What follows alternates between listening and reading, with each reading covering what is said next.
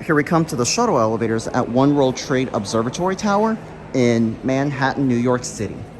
These are ThyssenKrupp Momentum low-rise elevators.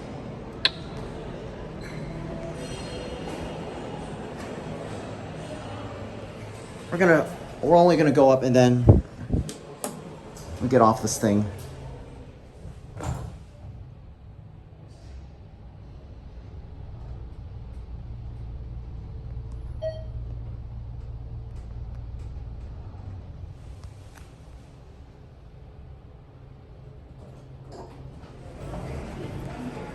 All right, we're gonna go ahead and get off this thing just so I can leave the building.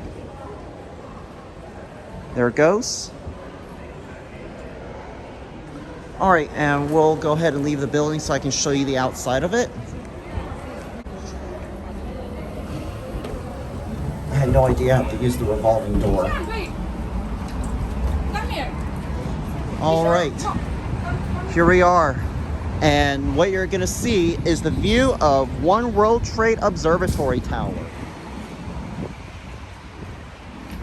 See, there's your view right here, and look all the way up.